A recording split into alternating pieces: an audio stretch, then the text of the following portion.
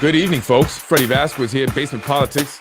The Yonkers Democratic Committee, Part 2. I want to talk about ward and district leaders. I also want to talk about the contributions that the Yonkers Democratic Committee receives and others. Join me.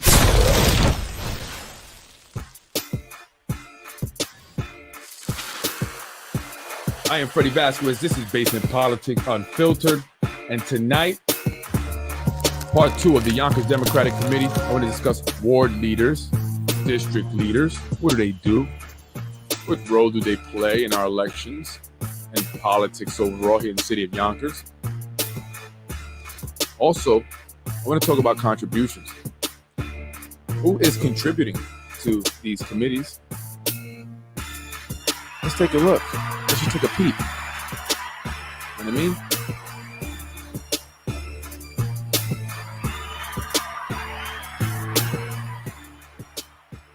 Good evening. Good evening. I'm Freddy Vasquez. This is Basement Politics. The local time is 8:08 p.m. Eastern. I know I'm starting a little late, but I try to make it close to 8 as possible. I'm trying. Anyway, thank you for joining me. I'm Freddy Vasquez. I want to pick up where I left off on the last podcast. I spoke about the Yonkers Democratic Committee. I showed off my shirt. I'll show a little bit later. I have an organization, the Yonkers Democrats United, but I'm discussing the official party, the Yonkers Democratic Committee, the ward leaders and district leaders and the roles that they play. I'm going to talk a little bit about it. And also I want to talk about contributions that they receive, who's contributed to their committee and other committees here in the city of Yonkers that play an active role in our elections, right? And a little bit also about corruption. I'm going to throw that in there. But anyway, last episode, I spoke about the Yonkers Committee. I talked about those that are in charge of the Yonkers Democratic Committee. And I said the list of names reads like a who's who of Yonkers, right? The party chair is Tom Meyer, commissioner of DPW. So if you didn't see the podcast, go look at it. I'm not going to go over it too much. I just want to show you it real quick, but I won't spend much time on it.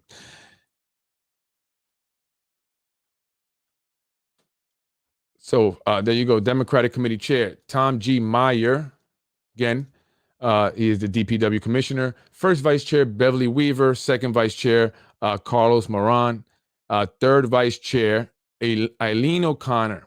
And I spoke about Eileen O'Connor a little bit in depth last podcast because she wrote a letter. I found it very interesting that she wrote a letter to the Senate, or what, I don't know if it was a letter or gave some kind of comment in this whatever they were having, and she was inquiring about campaign mailers and disgusting campaigning, and and wondering who was the one that funded all these nasty mailers and other stuff that happened in the city council president's race. And I said, Eileen, you are the third vice chair of the Democratic committee here in Yonkers. You should know that. Everyone knows it. Are you the only one? Or so, check it out again. Fourth vice chair, Tom Meyer Jr., the son of the chair, committee chair. Fifth vice chair, Rima Samarnia. I'm sorry if I pronounced that wrong. Sixth vice chair, Hussein Rabadaba. And secretary is Robert J. Voorhees, who I mentioned was the husband of Michael Sabatino, the director of constituent services. I'm not going to read. I can't even pronounce. The county vice chair is Tom Meyer Jr. again. And now the ward leaders. That's what I wanted to talk about, because there's a reason why you see the same individuals in these positions. It's a way to maintain control and to kind of dictate how things are going to go in terms of politics, specifically in the Democratic Party. First ward co-leaders, Sima Brandon, Chris Franks. Second ward co-leaders, Frank Jarris, Jamie Spano. Now, Frank Jarris is the son of Zahi Jarris, the owner of Precision Strategies, the man behind, the genius, as people say, political genius, man behind Majority Leader Tasha Diaz, works with John Rubo. Who else? The city council president thanked Frank Jarris, actually, for her win. He was one of the people that were thanked, and others. Very involved. He's involved in judges' races. He was involved in the Dan Romano election, as well as a current election coming up for Ada Medina, Judge Ada Medina. And I will show you some contributions, to the committee, so you can see, again, names just continue to pop up, right? So he controls that ward, and it's very important. Third ward co-leaders: Roberta Robinson, Howard Schatz. Fourth ward co-leaders: Narissa Pena, Eileen O'Connor. Fourth ward, and I heard Zahi's coming for that ward, Eileen. That's what I'm hearing. Okay, I'm just telling you. Listen, you take it for what it's worth. Okay, Eileen, take it for what it's worth. But I hear he's coming for that. She's also the third vice chair of the party. Fifth ward co-leaders: Seda Jarris, the wife of Zahi Jarris and the mom of Frank Jarris. Right? They got 2 and 5. 2 and 5. Right? And it's not because there are not other people that are willing to do this. Right? Because it is an unpaid position, but there are people willing to do it. Sixth ward co-leaders: my friend Sam Borelli and Raymond Zhao. Seventh ward co-leaders: Carla Alvarado and Majid Suman. I can't pronounce that name, but it's probably related to the sixth vice chair. Eighth ward co-leaders: Wilson Torrero, who I hear is going to be running for mayor. And someone said he announced it, but I haven't seen any announcement. But I know he's very, he really wants to run. He wants to be mayor. Justin Caparelli. Ninth ward co-leaders: Steve Levy, who's the deputy mayor, right? Mary Lyras. 10th ward co-leader: Dusan Lockett. Am I pronouncing that right, Dusan? And Thomas Meyer, who is the chair of the party. Now, Dusan was on a meeting earlier today here for City Council Rules Committee meeting. You can see him there. He recently was appointed to the position. 11th ward co-leaders: Lenny Spano and Carol Daly, one of the Dalys. Tom Daly, was shafted or was actually, kicked out of the running for the city court position that Ada Medina holds now, simply because they wanted a Latino woman, someone that a white male would be difficult to beat, because there was a white male interested in running against her in the primaries. But because they control this, that was not going to happen, right? So she's running unopposed, and that happens many times here in the city of Yonkers when it comes to elections. People run unopposed. That's not really an election, right? 12th ward co-leaders: Tom Meyer Jr., again, and Annie Orantes, right? So going back to the judges race with Ada Medina, she was put there because a gentleman, a white male, wanted to run for the position, but he had not paid his dues. He had not paid his dues within the Yonkers Democratic Committee, and you have to pay your dues. You have to make the rounds. You have to attend events. You have to contribute, as I will show you, right? He didn't do that, but he didn't think that that was right. Who says that you have to do all this in order to enter the primaries? And so they made it difficult for him. His brother, who works at DPW, started to get harassed, and they were threatening to fire him. And I bring that up because the commissioner of DPW is Tom Meyer, who's also the chair of the party. See what I'm saying? See what I'm getting with that? So what are ward leaders? Well, ward leaders are elected by the district leaders, right? And these are the ward leaders. I couldn't find the list of the district leaders. I think someone did send it to me, but it's a lot of people. There's a lot of districts in each ward. But basically, they are, important in getting people's signatures, going out into the community. It's divided up into wards, which are then divided up into districts, right? So it's important. If a ward leader, what their job is to control the districts within their ward, make sure that the district leaders are going out, getting the petitions, getting the signatures that they need for the candidate that they're supporting. So once the head honcho says, hey, this is the candidate that we're behind, whether it's a city council race, the mayor's race, or a county legislator's race, or an assembly's race, like in Nader Sage, who Zahi Jarris is also the guy behind that campaign there, right? They have to go out there and do their job. Ward leaders also elect or select the chair of the party. So it's important that individuals who are ward leaders, if you want to become chair of the party and remain chair of the party, are individuals that you have a relationship with, a good relationship with. right? So that's why they kind of have this, monopoly on politics here in the city of Yonkers, making it difficult for anyone else wanting to enter politics, create some kind of change that many people are calling for. It's very difficult for them to do so. It's difficult to get the party endorsement if you are not the candidate that they want to see win. And if they don't want you to run at all, they will make it difficult, as in the case of the gentleman who wanted to run for city court judge. And I've been speaking about judges recently in my CPS episodes and some of the corruption going on there with some of the judges and law guardians or attorneys that are appointed by these judges to oversee, the children or adults in the case or the custody case. And they all know each other. And again, when I get to the contributions, I'll show you how it's all connected. So this is very important because if you want to, make a change, if you want to, see something different here in the city of Yonkers, we have to break up this monopoly. People have to get involved. People have to become district leaders, become ward leaders, right? So we have to get involved. I'm not so sure how important ward leaders are because I always say, listen, if the people want somebody, at the end of the day, that's who they're going to vote for. We just have to watch those absentee ballots, right? That's a little, got to watch those things, right? So they play an important leader. Really, I think the biggest thing is just kind of getting the chair, voting or electing a chair, and if so, Mr. Tom Meyer there wants to remain, party chair. He wants to assure that the individuals that are here as ward leaders remain ward leaders, right? And that's why you're not going to really see that change much. So I want to go and talk and show some contributions that were made to the Yonkers this is crazy, to the Yonkers Democratic Committee.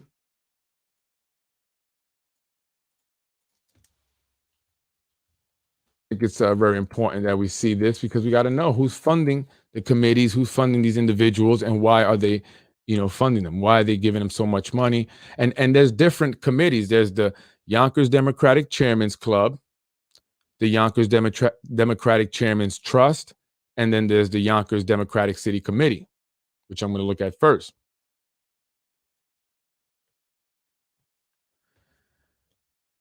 And if you haven't gone on this, you should go on this and just check it out. Play around with it. See who's getting what, who's contributing, who's receiving money. I like to go on there and just mess around with it. So Yonkers Democratic Committee, I'm basically doing it by the most money they've ever received was in 2007 by Friends of Andy Spano, which was $5,000. Westchester Coordinated Judicial Campaign Committee donated $4,300 in 2009. Why is that important? Well, that goes to those who say that judges are corrupt and that they're supposed to be impartial, but they're not. They're very involved politically, and many of the judges have been supported by these individuals within the Yonkers Democratic Committee. So they're going to really do what these individuals want. And there's someone in particular that I will be speaking about, as this judge has been involved in many people's cases, and a lot of people have issue with her. So I will be mentioning her, soon. Actually, on Saturday, I will be having a family on to discuss their battles with CPS, family court, and this particular judge who contributes, who is very close with high-level elected officials at every event, at every, campaign fundraising thing, right? So when someone has an issue with a judge and they go to their elected officials for help, and that elected official is getting supported by that judge in terms of campaign contributions and vice versa, they're donating to each other's campaign, they're involved in the same organization, the same Democratic committee, you think that elected official is going to step in? And I'll be giving you an example. I'll be speaking about Councilwoman Shanae Williams. Family that will be coming on Saturday reached out to Shanae Williams for help. And she told them that she could not get involved. That's what she said to them. I can't get involved. This family has gone to everyone, and I will show the emails, the letters that were written to everybody. Nothing. I can't get involved. And this is why. Because they're all friends. Judges start out as lawyers. Lawyers have aspirations to become judges. They go from being a lawyer to a city court judge and then right up to the Supreme Court. But they need funding. They need support. They need to get votes. And who do they go to for that? To the Yonkers Democratic Committee, who has their ward leaders and their district leaders, their donors already all set up, and they do their events and they raise you money. And for that, you have to have a certain level of loyalty that supersedes that of the people. And that's problematic.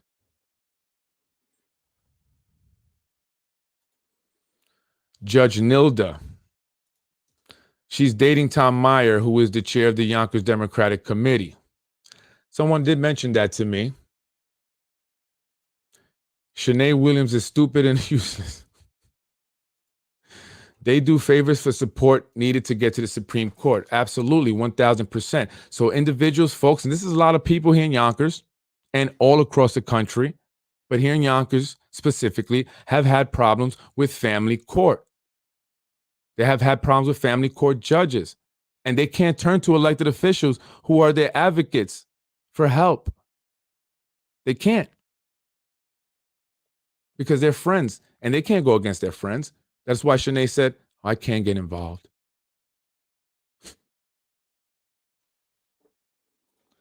It's all a revolving cycle. Absolutely. Same individuals, time and time again. I want to go to another organization and show you some of their contributions. Actually, really quick, I'm going to go by the date. In 2022, the only contribution they received, the Yonkers Democratic Party in 2022, was on February 15, 2022, $250 from Precision Strategies, Zahi Jarris's company, the company behind Judge Ada Medina, who I'm sure hopes to one day go up to the Supreme Court. A city court judge makes $200,000 a year.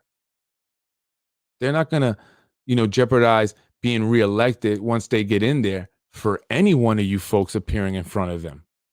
I'm sorry to tell you. And then if you are on the opposite end of a lawyer, right, who has a relationship with that judge, then you are screwed. You're screwed. And on Saturday, I'm going to show you, for some reason, a certain individual, an attorney, and a certain judge seem to favor pedophiles on more than one occasion, more than two occasions. Why? Why would they put a child in the custody of a pedophile or a man that has an open CPS case for pedophilia, for sexually assaulting the child that they place in his custody without having resolved that case? Well, that individual hired the right attorney, an attorney who has great relationships. And they were told by many people, by many other attorneys, elected officials, that man runs Yonkers. That's what they told him. Oh, that guy, he's well connected. They couldn't even turn to other people for help. And we'll talk about that on Saturday. But this is the problem. How can we trust our judicial system if individuals are corrupt because their loyalty lies to a party and to other elected officials? I would never tell a constituent I couldn't help after hearing this story.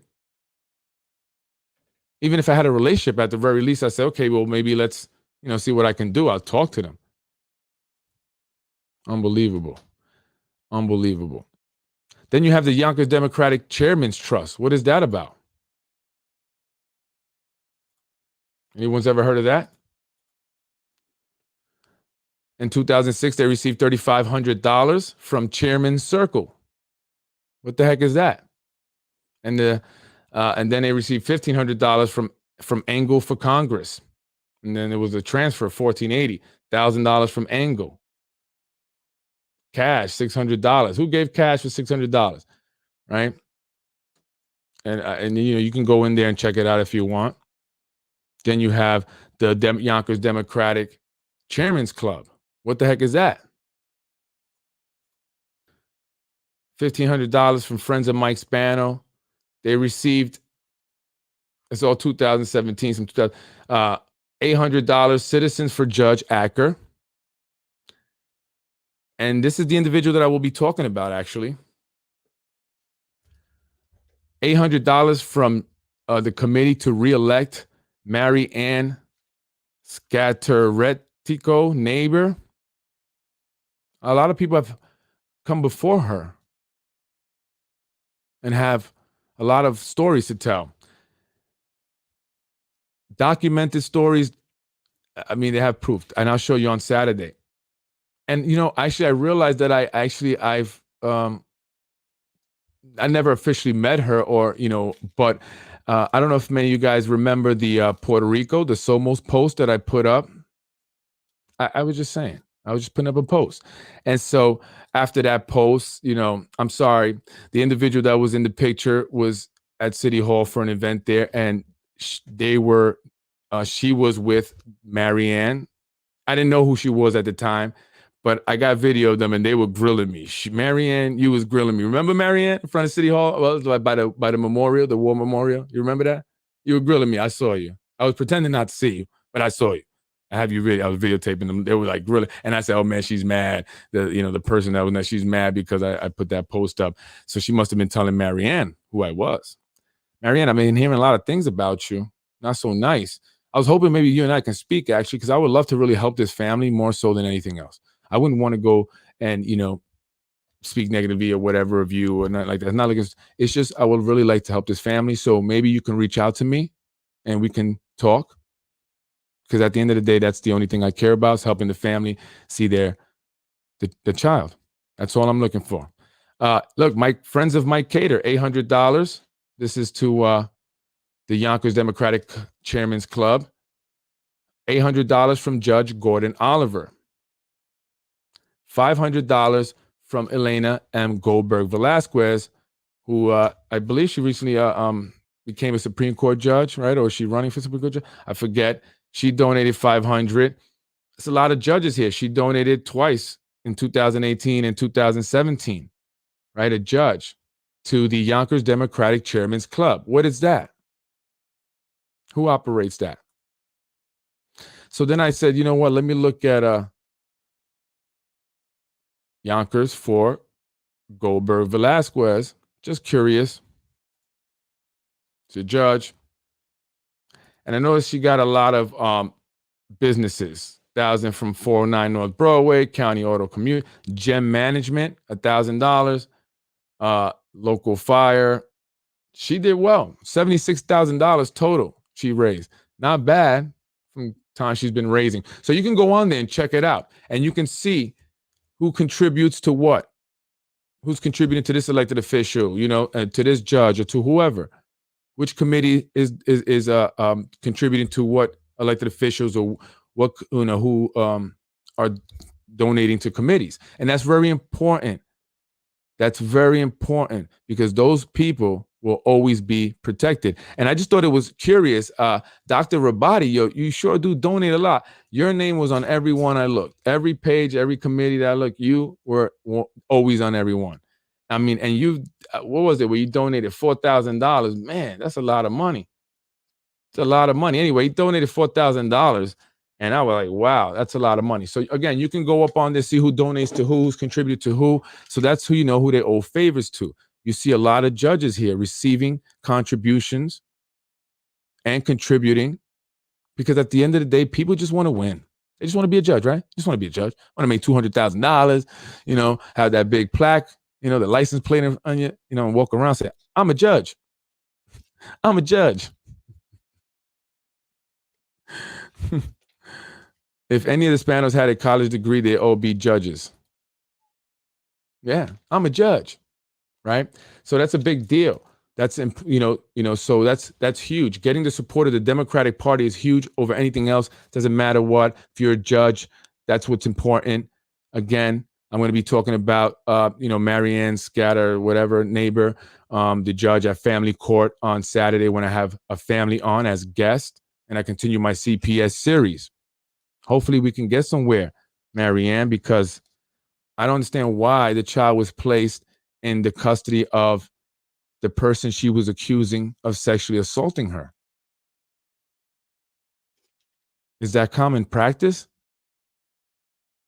There's an open CPS case because the child accused the individual of doing some, not horrible things, yet they put the child in the custody of that person when that person did not have custody of the child with no reason.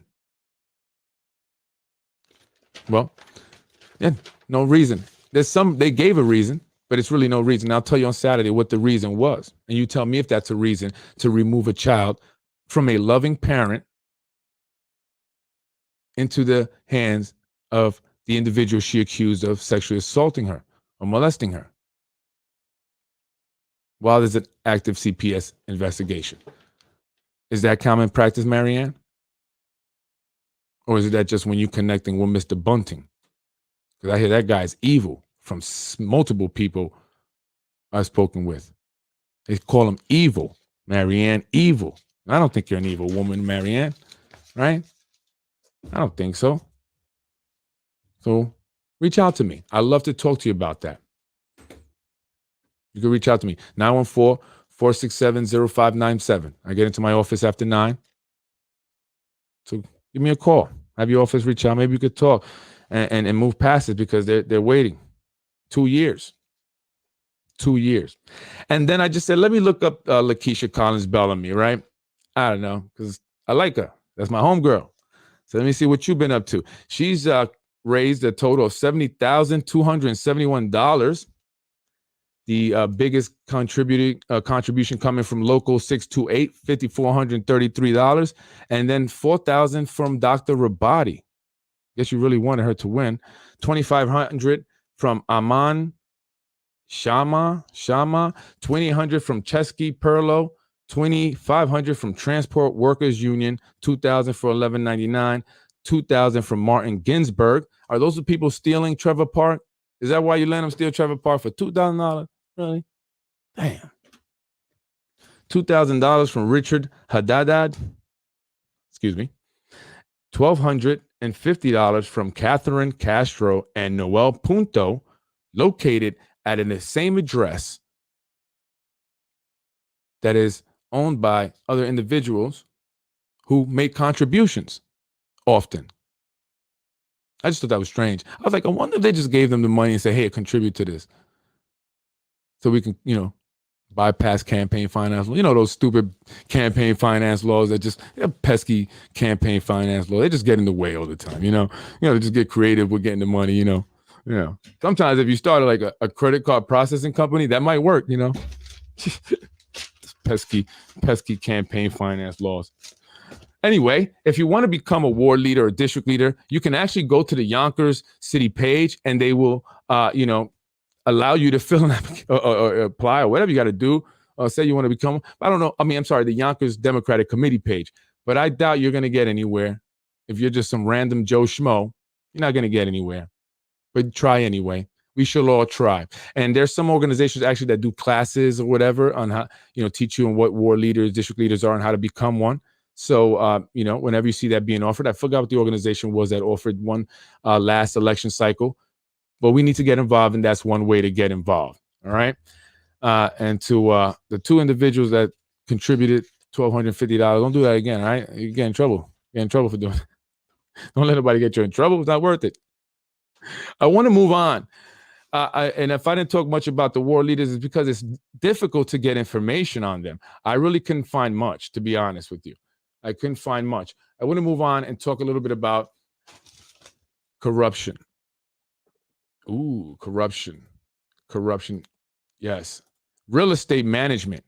And we're talking about real estate management of city property. Local governments often own and manage high value real estate, which possesses a variety of risks, especially with regards to corruption.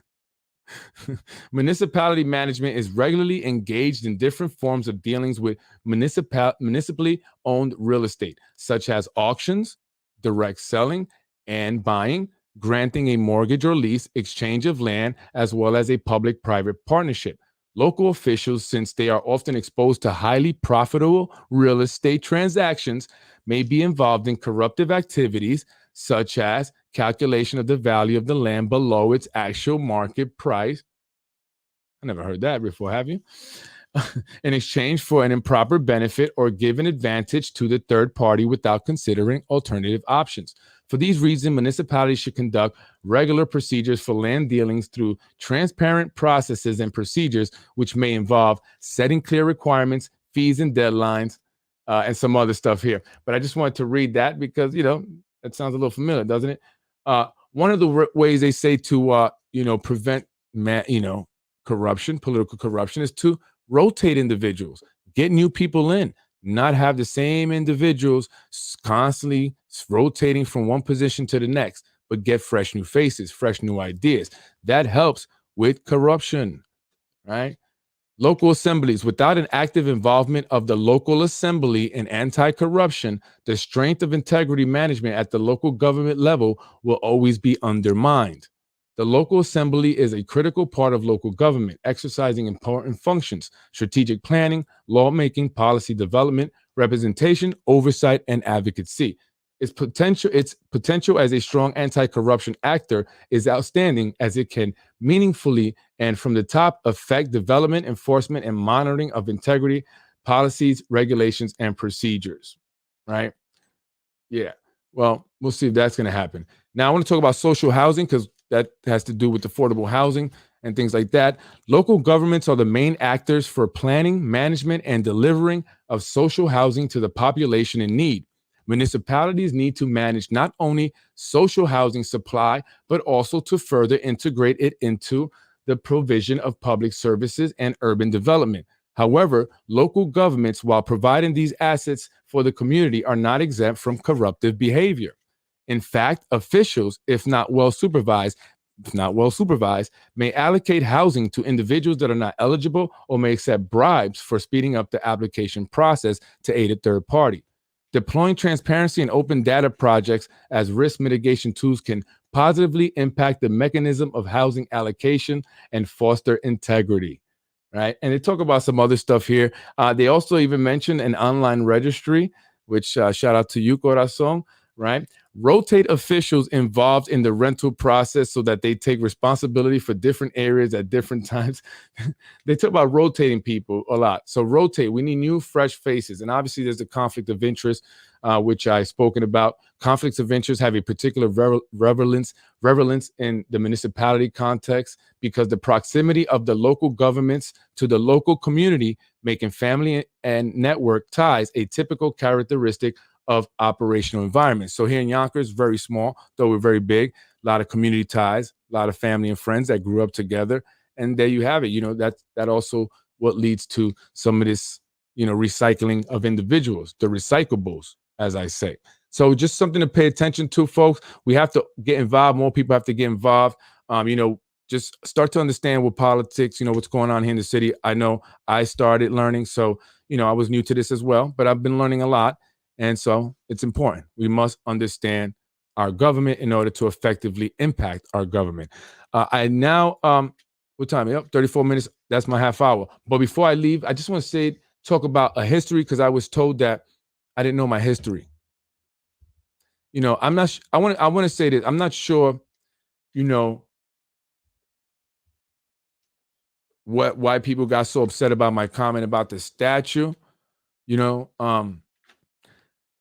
Especially some of the people that got upset. I'm simply saying I didn't say anything negative about the statue. I didn't say the artist could have, had done a better job or anything like that. It wasn't about the statue itself. It wasn't about the artist at all. Right? It's just it, and I get it. Juneteenth, the end of slavery and stuff, and I get that. Right?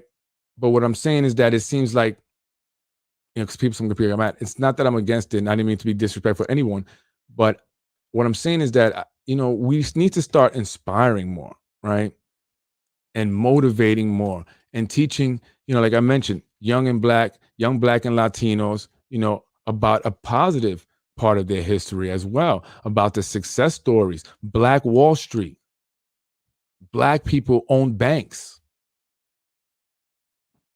That's amazing to me until they tore it all down. But they were able to achieve that. And for me to, constantly remind people of a time that was traumatizing to their ancestors, right, repeatedly, is to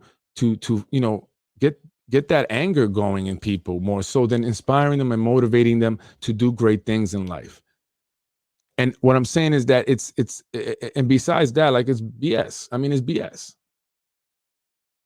I mean, there's so much need for Black and Hispanics here in Yonkers.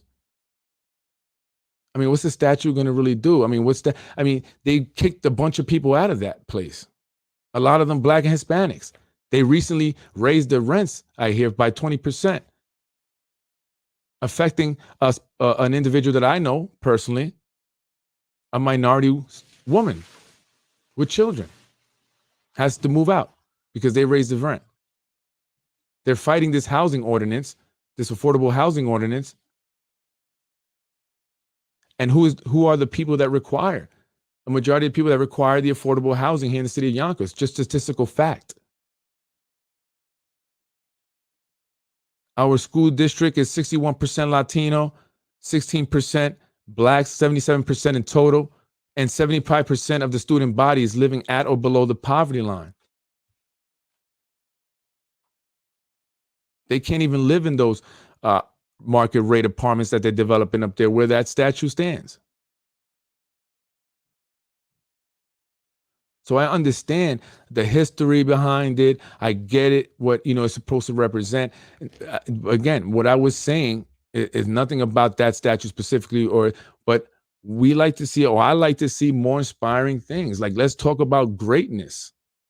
The greatness that Blacks and Latinos have achieved, because there's so many successful stories. And that, to me, inspires kids. That's what they need to hear, to say, I can do that too.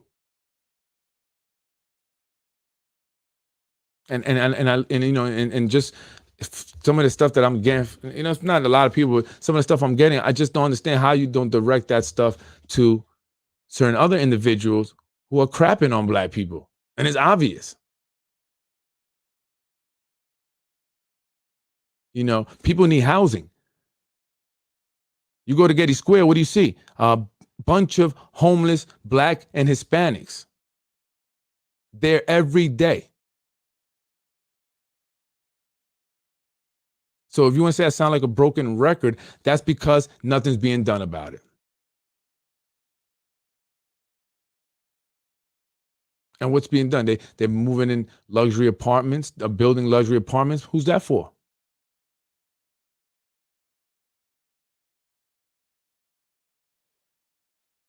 I mean, look at his numbers. Look at his statistics. So that's all I'm saying. They crapped on something other that was important, like the housing ordinance. But then you want to do a statue ceremony, and we're supposed to be like, oh, we're great, yeah, one, I mean, I don't understand. Like, we need to get things that make an impact, that make a real change, and that's all I'm saying. And it's not about knowing my history, because the reality is that you don't really know your history in full. People pick and choose what they want. Did you know that Native Americans were the first slaves in Americas? Native American, the indigenous people, before the North Atlantic trade.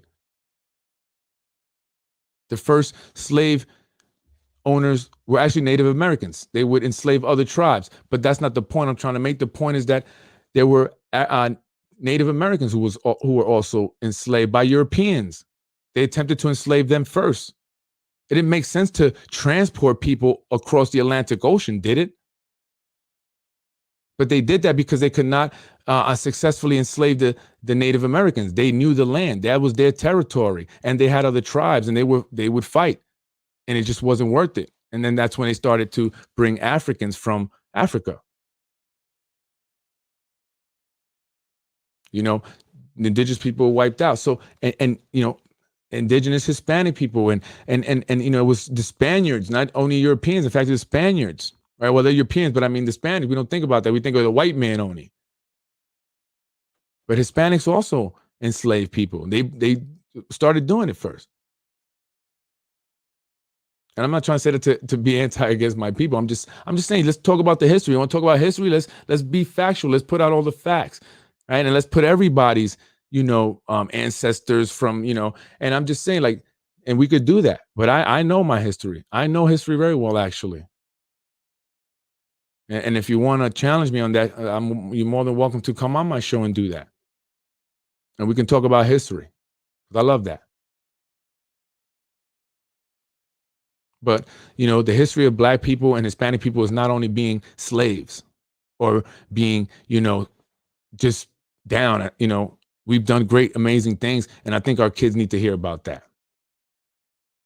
And we need to hear about that more often than not. So they can know that they can be great because so many people before them were great too, not just slaves. And that's all I'm saying. You think they respect us or they care about us because they let us put a statue there? Really? You think that's doing something? They're reminding you we're slaves. They're reminding us our position.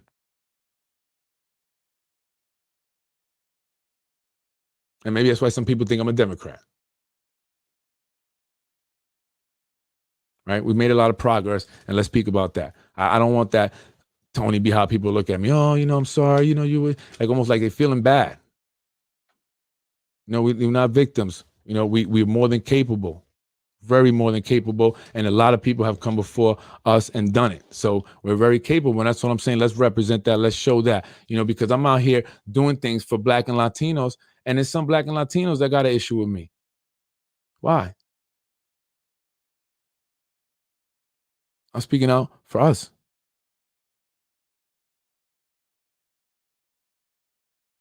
Remember the housing ordinance that everybody was so upset about? And nothing still? But everything's great now. Smile with people and all that, right? I just keep it real all the way, and I'm always gonna stay I don't flip flop. It's not who I do, it's not who I am, it's not what I do. You know, you like me, great, you don't. But I'm gonna always say what I feel because it's very obvious. I mean, look at this. No, what's the housing ordinance? A lot of people were upset. Remember, a lot of people went up there and spoke at City Hall. And who did it? And who did it?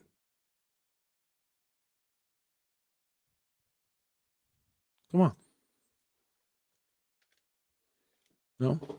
And then you know, to someone to say that it's there also to remind white people what they did. That's an ignorance. That in itself is an ignorant statement, and it's just divisive. And what it does, it pits people together, and it just perpetuates that.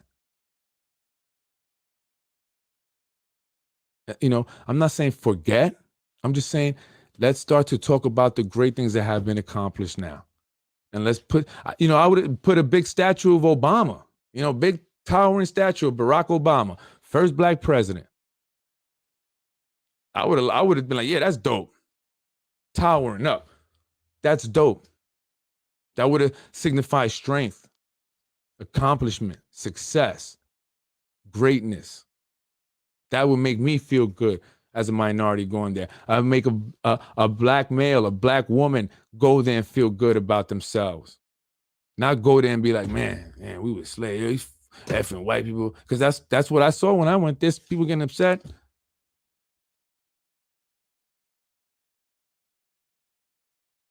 because again, enough of that, yo. I mean, we're not, victims. I'm not a victim. I'm more than capable. I did my thing, and and I want to help other people do their thing, break the cycle of poverty. That's what we need to be focusing on for Black and Latinos. How to get our Black and Latino youth out of the ghetto. How do we do that? So in Yonkers, 75% of the kids who are the majority Black and Latinos are not living at or below the poverty line. And this is just a continued, no, it's just always the same. Doesn't change. Changes for other groups, but it doesn't change for us. I used to always wonder, I see groups come here, first generation is in the hood, poverty, and then next generation, their kids is doctors and lawyers and stuff. And with 3-4 generations still here. Why? These people came here and didn't even speak anything, didn't know the language or nothing, coming from a whole nother country. And their kids are doctors and lawyers now. Yeah, we still 3-4 generations in the hood still. And these are not just white people that come. Talking about, people from the Middle East, people from India, I see that. They come and the kids are doctors and lawyers, lawyers, And I'm just like, and I always used to talk to people about that. Like, why don't we, what's up? You got Asians, they come here, they got the Chinese restaurants or the nail salons, and they kill it. Now you got, a lot of Middle Eastern people coming here and starting the bodegas now and stuff like that. They got a lock on that. I see kids now behind the counter learning real life experiences, how to run a business, because that's important. That's why I teach my kids when we doing things, I show them what I'm doing, because I want them to be involved in it early. That's how they succeed. That's how they get ahead. That's how they do even better than me. Not by being reminded that you come from slaves. That's all I'm saying, man. That's all I'm saying, yo. We got to get up out of this. We got to change the way we think as Black and Latinos. We got to change the way we think, because sometimes we know, as a collective, sometimes, I don't get it. Like, I don't get it, So that's all I'm saying. I want to see more positive stuff. There's a lot of positive stuff. I want kids to be inspired when they see the statue, not be angered, not feel like they're not more capable than doing other things. That's all I'm saying.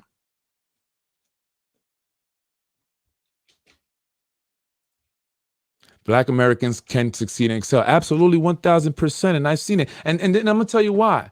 I'm gonna tell you my experience. I mean, I was growing up here in Yonkers. Welfare, broke, roaches, rats. Literally, roaches would crawl on my leg. Roaches, I'm sitting there at the table eating, and a roach would fall from the ceiling, land right next to the plate, maybe inside the plate. Right? Facts. I would wait on the line for the free block cheese that's orange. And I hated it. Right, going to Wick, and we couldn't get the sugar right, the cereal with the sugar, so we had to pour sugar in it. The juicy juice was nasty. Those Wick juices, I hated them. I hated going to St. Peter's and having to stand there for a gift, because that just reminded me that I was poor. And so all I saw was poor Blacks, poor Latinos. Then I leave Yonkers. And I go to a place where I see very successful Blacks and very successful Latinos. And I'm like, wow, really? Like, I know that sounds crazy, that was, but that's true when all you see is one thing, right? You just assume that only white people can be successful, and this is what we only have. And then I saw that was not true at all. Black families, mom, dad, brother, sister, dog, big house, careers, college bound, Latinos, Mexicans, mom, dad, kids going to college, got their future plan. I'm coming into 9th grade and I don't know what the hell I want to do with my life. And these kids got it all mapped out. Thank God for that experience. So I mapped my life out. Well, I knew what I didn't want to be in the hood and poor, but I didn't know how to get there. And that inspired me to do more. That told me that I can, as a Latino, do well in life. And I'm not limited to what I thought I was limited to. And that's all I'm saying. Just we need to inspire kids. Enough of the victimizing, enough of the re-traumatizing, enough of the division. And let's focus on what really impacts us, because them numbers ain't changing. So I don't care about all that. If the numbers ain't changing, if my people ain't coming up out the hood, if we still in the ghetto, then I don't care about all that. None of that means nothing. A month, a day, a week, it doesn't mean nothing. You can give us the whole year. It's all fluff. It's all fluff. If those statistics ain't changing. Thank you. The Democratic has many Black Americans convinced that they can't succeed. People come from all over the world, including all over Africa, and they succeed. Absolutely. Many of my clients have been African, very smart, very successful. Many African families that come here, they buy the houses. Even though they may live in a low-income community, they own the home. And that's a start, because statistically, they say purchasing a home helps you move up in life. It's part of upward mobility. It's like the first step, towards upward mobility. And these are things that kids and where I come from don't even understand. People, adults don't even understand. And this is what I'm trying to do. I'm trying to teach our kids, this stuff that they will never understand or learn just being on the block or even looking at a statue of someone that didn't become successful. Because at least if they're looking at a statue of somebody, this guy was a millionaire, he owned this business or whatever, they could say, well, how did he do that? Let me go research that person. And then they could, go from there. But where do they have them at? Just, so that's all I'm saying. So if if people don't like what I said, then, I don't mean it with disrespect. I didn't disrespect anybody. I didn't disrespect the artist. I didn't disrespect the statue. I didn't disrespect anybody. But I was disrespected to insinuate, you don't know your history. You sound like a broken record. That's the thing. Like, we can't even have a civil conversation. People have to insult. If that's how you have to, state your point, that's not going to make it valid or right. Insults don't do that. And you can say I sound like a broken record. And I'm going to sound like a broken record until a real impact happens, real change happens. That's what I'm saying. And I get it. And this is the thing that bothers me. Certain people, they get a little bit, they give them a little bit. They want to be, I don't even want to say it. I don't want to say it because then, what I'm saying, but you know what I'm saying. If you know, you know. If you know, you know. They've been brainwashed thinking they can't buy a house, have a skill, start a business, or otherwise survive without handouts. And as a Democrat, I would agree with that, because, dependency, right? It's a dependency. That's what, being on, the social service program, stuff like that. And if you don't, get out of that, you become dependent. And many times, they do rely on that dependency. They do. And I think that's part of why, they're so, as Democrats really want open borders. A lot of times they want, because that's new potential voters, right? A new demographic, a new voter base there, right? So it's all a game. And both sides. I'm not just gonna, they're both sides, right?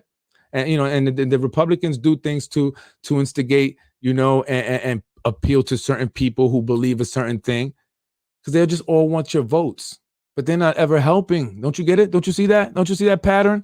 You vote, no help. You vote, no help. You vote, no help. We don't see the pattern? No one's picked it up yet? I mean, I picked it up. I don't know. It's just, that's the pattern. That's the pattern. So, how many kids are pushed through Yonkers schools so the politicians can brag about it? I'm sure maybe a lot, because, many families, if we're talking about, 77% of the school district being Black and Latino, right? 75% of that living at or below the poverty. 75% of the student body, the total student body, is at or below the poverty line. A big portion of that is Black and Latinos, and they may graduate through the schools here in Yonkers, but why don't we bring back all the huge super success stories, and then we can see, right? Come back, and I mean, listen, just people who have done really well, and I'm not talking about that work for the city, because I don't.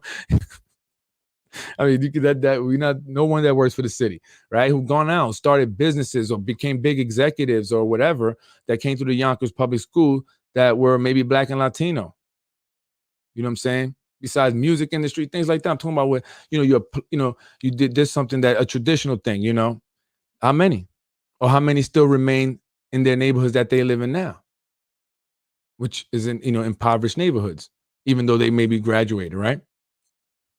I'm just saying, like, I mean, nothing's really being done. Nothing's changing, and that's my big thing. I want to do that. Now, if someone that, I came from where they come from, and I've been through those same struggles they've been through. So I want to say, listen, this is what I did. This is how I managed to maneuver. These are, and teach people that so they can hopefully get out of poverty as well, and they can raise their kids in a home. My kids live in a house. They've always been in a house. I didn't never the house I lived in, the first house I lived in was the one I bought myself, right? I was always in an apartment, and that's dope to have that for my kids. I always wanted a backyard as a kid, just to run around and whatever, you know what I mean? So, and then I was able to put a pool for them and have a pool. And, I thought that was great. And, then I had to clean up, but to be able to have that for my kids, that's just, for me, it's just so amazing. Like, it's just like, wow. Like, I'm just like, I'm so grateful. I'm so very blessed that I provided my kids with such experiences.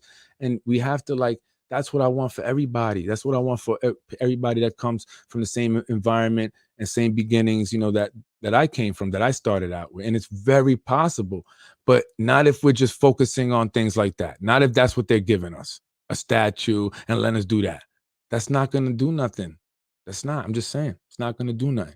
You want real, that's what I care about. I care about real change. Maybe I just think differently, but I definitely know my history. I know a lot of history. Okay. I even know the history of Ukraine, because apparently a lot of people don't know about that based on some of the posts that they put up. But I keep telling them, go watch Oliver Stone's, Ukraine on Fire. That'll help you out a little bit, but you need to go further back though. But so that's me. That's Freddy Vasquez. That's all I'm saying. Again, I'm not here to insult anybody. The person that did the statue, none of that. I was never disrespectful, but I'm always going to stand by what I said. I want to see more motivating, more positive things. Should have put a big statue of Obama. You know what would have been dope? If you would have put a giant statue of Obama, right, towering over everybody, and then other statues of famous, other successful, Black Americans. You know what I'm saying? That would have been dope. Jackie Robinson somewhere, you know what I mean? Swinging the bat, Muhammad Ali with the gloves. You know what I'm saying? Something like that would have been dope, like a bunch of very successful people. So you could go and tell their success stories, inspire the kids that go see that. That would have been dope. I'm just saying. I'm Freddy Vasquez. I'm up out of here. The end of slavery, Juneteenth. That's what it represents. Yep. And once slavery ended, that's when Black Americans started rocking and rolling and have done a lot of great things since. So that's what the end of slavery means to me, the beginning of greatness. And there's a lot of greatness. So let's highlight that and let's focus on that. I'm Freddy Vasquez. This is Basement Politics. And I'm always going to stand by what I say. You got to at least respect that, right? Take care, folks. Have a good night. And I will see you Saturday. Don't forget, I'm bringing in the parents. We're going to be discussing that CPS thing. Judge Marianne, whatever the last name, neighbor.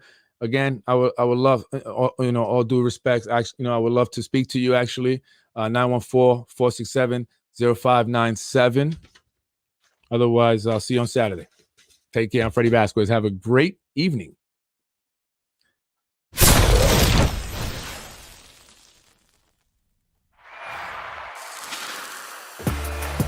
I am Freddy Vasquez. That is your Basement Politics episode for tonight.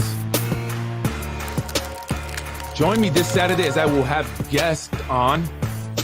We will be discussing CPS and family court. Family court judges, law guardians, specific individuals who have made this family's life a living hell.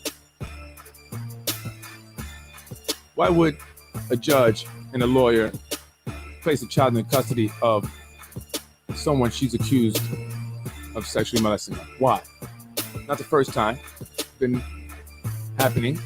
It's happened about 3 times that I've seen. Join me this Saturday at 8. I'm Freddy Vasquez. You don't want to miss that one. It's going to be great. We have a lot of information. So again, reach out to me. Reach out to me, folks. Reach out to me. Freddy wins. Fatality. Yep. You're watching Basement Politics with my dad, Freddy Vasquez. You're watching Basement Politics with my dad, Freddy Vasquez. I was raised in housing. I don't Let's get it popping. Thank you for watching Basement Politics with my husband, Freddy Vasquez. Freddy.